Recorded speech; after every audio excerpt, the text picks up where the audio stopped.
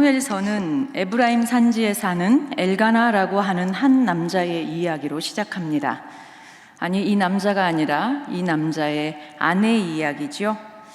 엘가나에게는 두 아내가 있는데 한나와 브닌나입니다. 한나는 브닌나보다 남편의 사랑을 갑절로 받지만 결코 행복하지가 않습니다. 하나님의 사랑을 받지 못하였고 그 사실을 다름 아닌 브닌나가 통렬히 깨닫게 해주었기 때문입니다. 하나님이 브닌나에게는 많은 자녀를 주셨지만 한나에게는 하나도 주시지 않았다는 것을 얼마나 쓰라리게 알려주었으면 그를 적수라고 할까요? 한나의 괴로움은 1년에 한 번 매년제를 드리러 온 가족이 실로 성소를 찾을 때 더욱 심하였습니다. 성소의 주인이신 야훼 하나님의 사랑을 받지 못한다는 사실을 야훼가 계신 바로 그곳에서 더욱 절감하게 되기 때문입니다. 야훼 하나님께 제사 드리고 온 가족이 기뻐하며 제물을 나눠 먹을 때마다 한나는 서름에 복받쳐 먹지도 마시지도 못합니다. 그 고통이 절정에 달했을 때 한나는 성소에서 기도하고 통곡하며 하나님께 서원하기에 이릅니다. 만군의 여호와여, 만일 주의 여종의 고통을 돌보시고 나를 기억하사 주의 여종을 잊지 아니하시고 주의 여종에게 아들을 주시면 내가 그의 평생의 글을 여호와께 드리고 삭도를 그의 머리에 대지 아니하겠나이다. 하나님, 아들 하나만 주세요. 잘 키우겠습니다가 아니라 낳으면 젖대자마자 바로 하나님께 드리겠으니 아들 하나만 달라는 겁니다. 아니, 직접 키우지도 않을 자식을 이렇게 애원하고 서원하는 건 도대체 무슨 심정인 걸까요? 나도 아들 낳았다는 소리 한번 들어보고 그래서 브닌나에게 맺힌 한을 좀 풀어보자, 그런 것 아닌가요? 그러고 보면 한나의 기도와 서원도 그렇게 대단한 것은 아닌 것 같습니다. 한나의 이런 한 맺힌 기도와 서원을 하나님은 들어주십니다. 한나도 아들을 낳습니다. 그리고 자신이 서원한 대로 젖을 떼자마자 아들 사무엘을 성소에 데려가 하나님께 드립니다. 이렇게 아이 사무엘은 젖떼자마자 엄마 품을 떠나 성소에서 자라게 됩니다. 어린 사무엘의 성소 생활은 어땠을까요? 고대의 젖대는 나이는 오늘날보다는 늦어서 대개 서너 살 정도였다고 합니다. 사무엘은 서너 살이 되면서부터 성소에서 생활하게 된 것이죠. 사무엘이 너무나 위대한 인물이라서 우리는 그의 어린 시절조차도 또래 아이들과는 상당히 달랐을 것이라는 생각을 하게 됩니다만 어린 사무엘이 거룩한 성소에 산다 하여 다르면 얼마나 달랐을까요? 제 조카 손녀가 몇 해 전 3살쯤 되었을 때 제 아빠가 비행기 타고 일본에 간다니까 뭣도 모르고 신이 나서 따라 나섰다가 자고 나면 엄마 볼 수 있냐며 밤마다 울었답니다. 그 후로 아빠 따라갈래? 라고 물으면 반드시 엄마도 가냐고 확인한다고 해요. 이제 막 젖된 사무엘, 얼마나 엄마가 보고 싶었을까요? 1년에 단 한 번 매년제가 있을 때 올라와 작은 겉옷을 입혀주신 그 엄마가 얼마나 보고 싶었을까요? 모르긴 해도 사무엘은 날마다 엄마가 입혀준 옷을 만지작거리며 성소 문간에 나가 훌쩍거렸을 것입니다. 어린 시절 사무엘은 엄마를 얼마나 원망했을까요? 왜 나한테 물어보지도 않고 서원하고 하나님께 갖다 바쳤냐고요. 이렇게 어느덧 자란 사무엘은 엘리 앞에서 봉사하게 됩니다.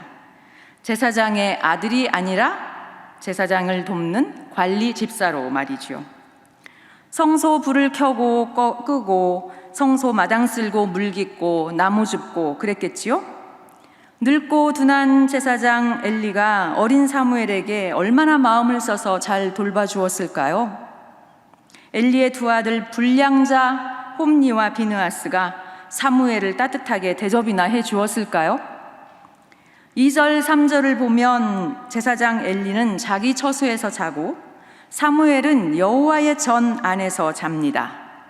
오직 희미한 등불 하나 달랑 그 텅 빈 성소에서 홀로 자는 사무엘에게 성소는 분명히 외롭고 쓸쓸하고 힘든 곳이었을 것입니다. 그런데 외롭기 그지없는 그때 그 차가운 실로 성소에서 하나님은 사무엘을 찾으십니다. 하나님과 어린 사무엘의 만남에 관한 사무엘상 3장을 오늘 우리 함께 자세히 보면서 우리에게 주시는 하나님의 가르침을 들어봅시다. 여느 때처럼 성소에서 잠을 자는 사무엘은 자신을 부르는 소리를 듣습니다. 사무엘아, 사무엘아. 사무엘은 일어나 얼른 엘리 제사장에게 달려갑니다. 그런데 엘리 제사장은 부르지 않았다고 가서 자라고 말씀하시죠. 돌아와 자는데 또 사무엘아, 사무엘아 부르는 소리를 듣습니다. 다시 엘리 제사장에게 가지요. 마찬가지로 엘리 제사장은 부르지 않았다고 합니다. 그러면서 이번에는 덧붙이기를 그가 너를 부르시거든 너는 이렇게 말하라고 일러주십니다. 여호와여 말씀하옵소서 주의 종이 듣겠나이다 라고 말이죠. 사무엘은 다시 성소로 돌아와 눕습니다. 아니나 다를까 또 자신을 부르는 소리를 듣습니다. 사무엘은 엘리 제사장이 가르쳐준 대로 대답합니다. 말씀하옵소서 주의 종이 듣겠나이다.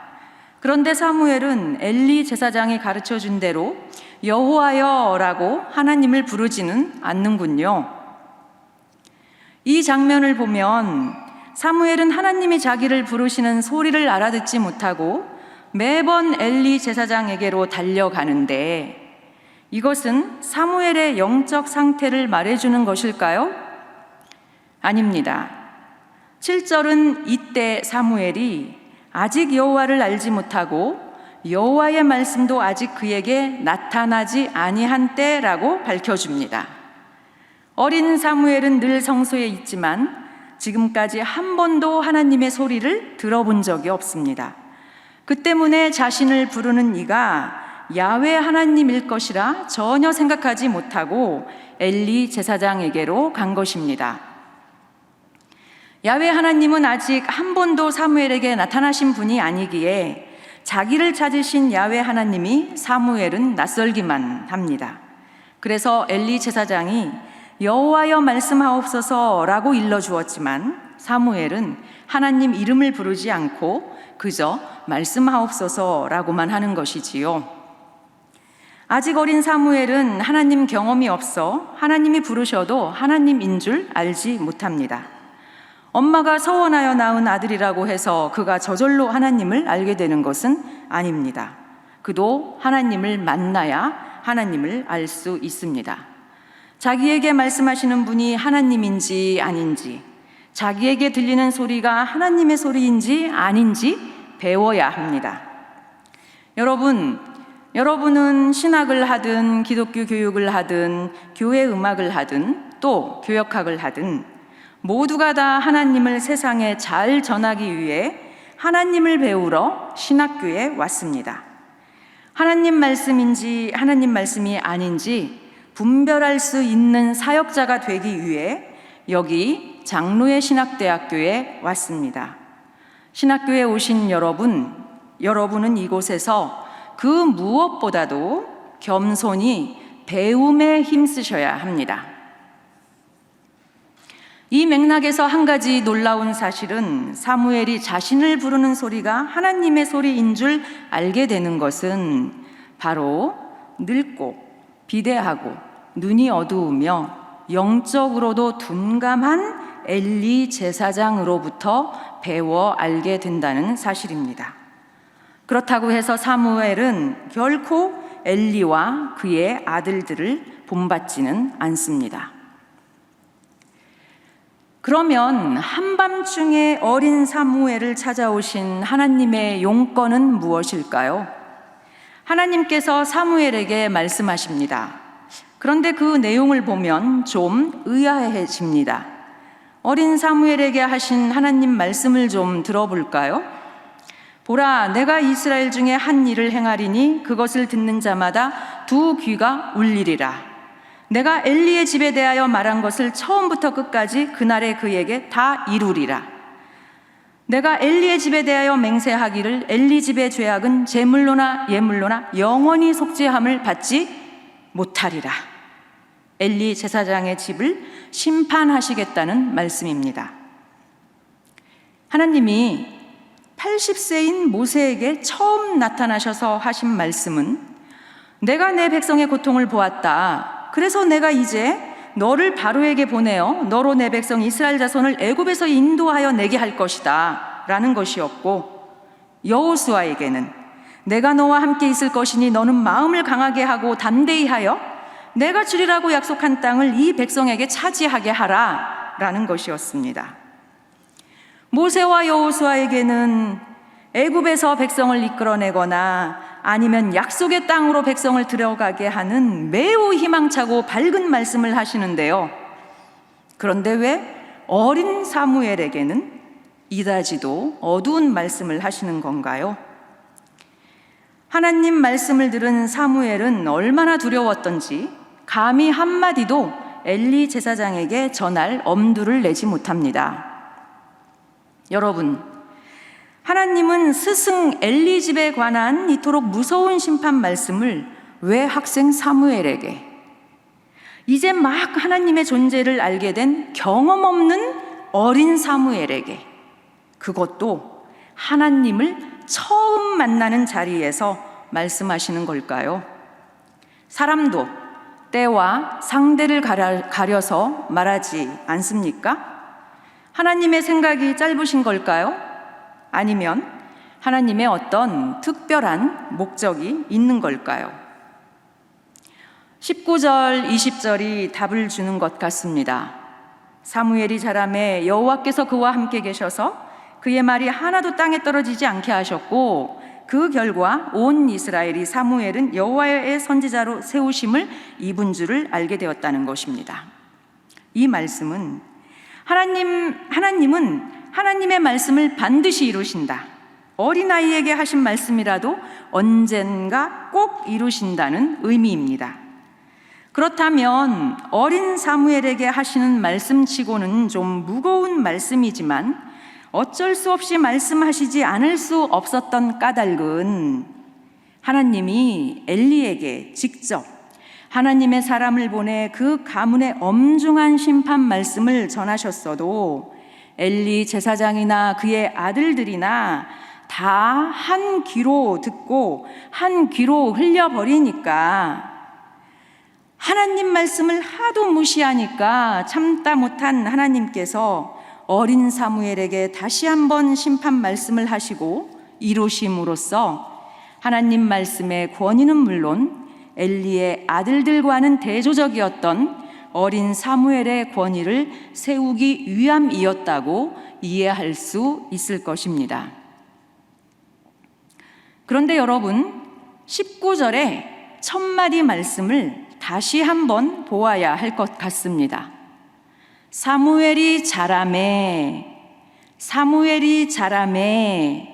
여호와께서 그의 말이 하나도 땅에 떨어지지 않게 하셨다.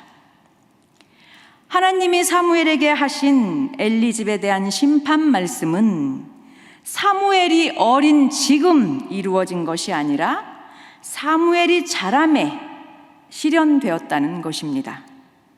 그러니까 사무엘이 어린 지금은 하나님 말씀의 권위도 어린 사무엘의 권위도 아직은 세워지지 않은 것이지요. 하나님이 어린 사무엘을 처음 만나는 자리에서 엘리 집에 대한 심판을 말씀하신 것은 지금이 아니라 사무엘이 자랐을 때, 그러니까 보다 먼 미래를 지향하고 말씀하신 것이라는 뜻이지요. 그렇다면 하나님이 엘리 제사장 집에 대한 무서운 심판 말씀을 하시고자 오직 이 한 가지 목적으로 어린 사무엘을 찾아오신 것이 아니었다는 말입니다. 어린 사무엘을 처음 만나는 자리에서 엘리 제사장 가문의 심판에 대해 말씀하시는 것이 하나님의 주 목적이 아니었다는 것을 우리는 3장의 마지막 구절인 21절을 통해 다시 한번 확인할 수 있습니다. 여호와께서 실로에서 다시 나타나시되 여호와께서 실로에서 여호와의 말씀으로 사무엘에게 자기를 나타내시니라. 사무엘의 어린 시절에 관한 이 마지막 구절은 하나님이 실로에서 다시 나타나셨고 다름 아닌 사무엘에게 자기를 계시하셨으며 그 방식은 하나님의 말씀이었다고 말해줍니다. 그런데 특이하게도 이 구절은 사무엘에게 하신 하나님의 말씀이 구체적으로 무엇인지 밝히지 않고 있고, 반면 이 한 구절에서 여호와께서 실로에서 나타나셨다는 내용을 2번이나 반복하고 있습니다. 하나님이 실로에서 다시 나타나셨다는 사실을 이렇게 강조하는 이유는 도대체 무엇일까요? 실로는 어떤 곳인가요? 실로 성소는 이스라엘 백성이 가나안 땅에 정착한 이후로 이스라엘의 중심 성소가 되었습니다. 여호수아의 지도 아래 정복한 땅을 실로 성소에서 분배하였고 지파의 중요한 문제가 이곳에서 결정되었습니다. 무엇보다도 실로 성소에는 여호와의 언약궤가 있었습니다. 예레미야서에서 하나님은 이 실로 성소를 두고 내가 처음으로 내 이름을 둔 처소였다고 말씀하십니다. 하나님이 처음으로 자기의 이름을 두신 곳, 이 영광스러운 실로에서 엘리가 제사장으로 섬깁니다. 그런데 1절은 사무엘이 엘리 앞에서 봉사하기 시작했을 때 하나님의 말씀이 희귀하였고 이상이 흔히 보이지 않았다고 전합니다. 즉 하나님이 말씀하시는 일도 드물고 이상을 보여주시는 일도 드물었다는 것입니다. 하나님이 사무엘을 직접 찾아와 말씀하시는 것을 보면 하나님이 침묵하기로 작정하신 것은 아님을 알 수 있습니다. 그러면 그때 무슨 일이 있었기에 하나님은 실로에서 거의 말씀도 하시지 않고 이상도 보여주시지 않은 것일까요?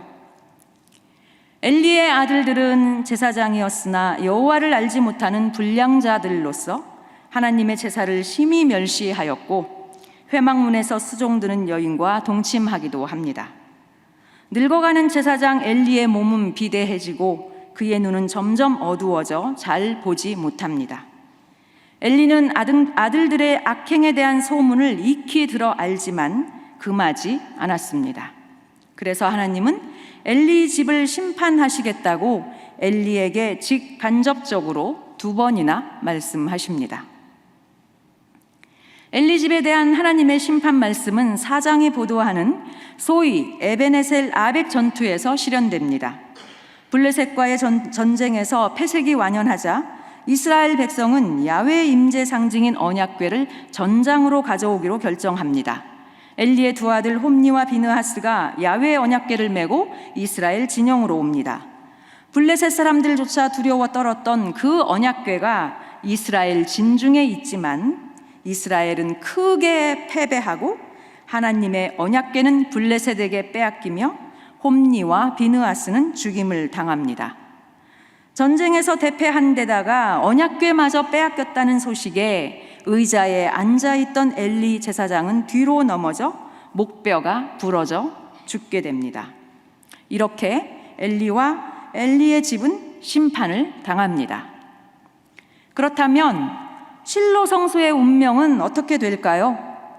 빼앗긴 언약궤는 다시는 실로 성소로 돌아오지 못합니다. 시편 78편은 이때 야훼 하나님이 실로의 장막, 곧 인간에 세우신 장막을 떠나셨다고 기록합니다. 하나님은 실로를 버리고 영원히 떠나신 것입니다. 예레미야서에서 기원전 586년 예루살렘 성전의 파괴와 멸망 사건을 이 실로 성소의 운명에 비교한 것으로 보아 이때 블레셋과의 전쟁으로 인해 실로 성소는 완전히 파괴, 소실된 것으로 추정됩니다. 오늘 우리의 본문 사무엘상 3장 21절은 이렇게 조만간 하나님이 완전히 버리고 떠나실 실로를 떠나시기 전에 하나님이 실로에서 다시 나타나셨다고 말합니다. 하나님이 실로에서 사무엘에게 다시 나타나셨다면 그것은 사무엘에게 처음 나타나신 목적이 엘리 가문의 심판 소식을 전하기 위함이 전부가 아니었다는 것을 확증해 줍니다. 이제 곧 버리고 떠나실 실로에서 떠나기 전에 하나님이 제사장 엘리가 아니라 어린 사무엘에게 다시 나타나셨다는 것은 무엇을 의미할까요? 여호와의 말씀이 희귀하여 이상이 흔히 보이지 않던 그때 사무엘은 실로 성소에 등불을 밝히던 유일한 사람이었습니다. 하나님이 말씀하시지 않고 나타나시지 않는 그 실로 성소에서 사무엘은 변함없이 아침 저녁으로 성소의 등불을 보살폈습니다. 아직 하나님을 만나보지도 못한 어린 사무엘이 아직 하나님이 누구인 줄도 알지 못하는 어린 아이가 매일 성소에서 자며 저녁부터 아침까지 하나님의 등불이 꺼지지 않게 하였습니다. 성소의 등불이 켜진 이상 실로는 성소였습니다. 실로를 버리기로 작정하신 하나님이 실로에서 어린 사무엘에게 나타나시고 또 다시 나타나실 수밖에 없었던 것은 꺼져가는 실로 성소의 등불을 꺼지지 않게 하는 이 어린 사무엘에게서 이스라엘의 희망을 보셨기 때문이 아니었겠습니까? 하나님은 비록 실로를 버리고 실로를 떠나기로 결심하셨지만 그 실로에서 다시 나타나신 것은 이 어린 사무엘과 이스라엘의 새 역사를 시작하고 싶었기 때문이 아니었겠습니까? 하나님이 사무엘에게 처음 나타나셔서 엘리 가문을 심판하시겠다고 하시면서도 사무엘을 엘리를 대신하는 실로의 제사장으로 삼지 않으신 것, 하나님이 실로에서 다시 나타나시되 여호와의 말씀으로 사무엘에게 나타나신 것, 사무엘이 자랐을 때 그를 하나님이 세우신 제사장이 아니라 여호와의 선지자로 세우심을 입은 줄을 온 이스라엘이 알게 하셨다는 것, 이 모든 사실은 하나님이 지금까지와는 완전히 다른 이스라엘의 새 역사를 이 어린 사무엘과 함께 시작하고 싶으셨다는 하나님의 꿈과 계획을 반증하는 것 아니겠습니까?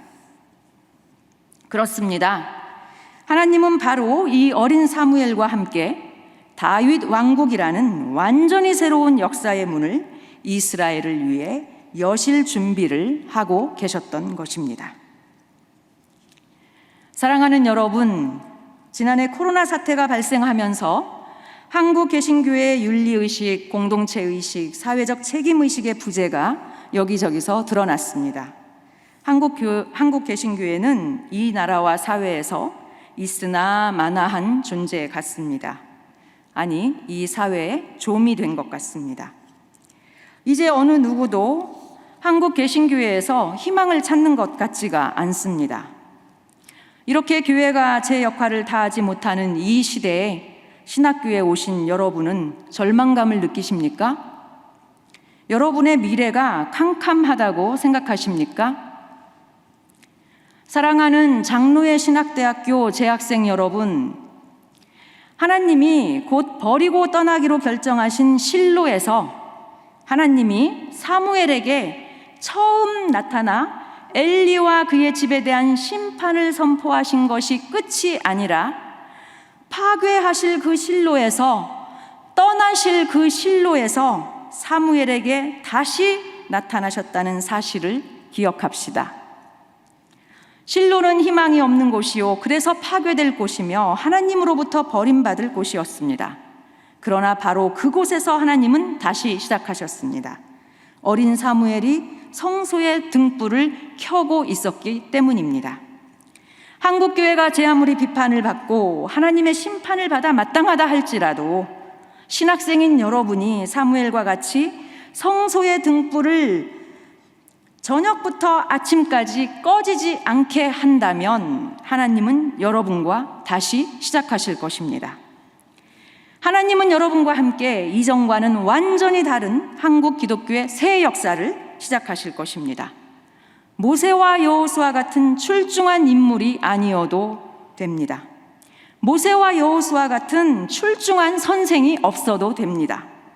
무너져가는 자리에서, 절망의 자리에서 꺼져가는 등불을 꺼지지 않게 밝히며 하나님 말씀 배우기에 힘쓰시면 됩니다. 그러면 하나님은 반드시 젊은 여러분과 함께 곧 무너질 그곳에서 한국 기독교의 역사를 새로이 시작하실 것입니다. 우리 모두 어린 사무엘과 같이 성소의 등불을 밝히고 하나님 배움에 온 힘을 다합시다. 기도하겠습니다. 하나님, 한국교회에 꺼져가는 등불을 꺼뜨리지 아니하고 잘 지켜내는 사명을 우리 장로의 신학대학교 모든 학생이 잘 감당하게 하옵소서. 우리 주 예수 그리스도의 이름으로 기도합니다. 아멘.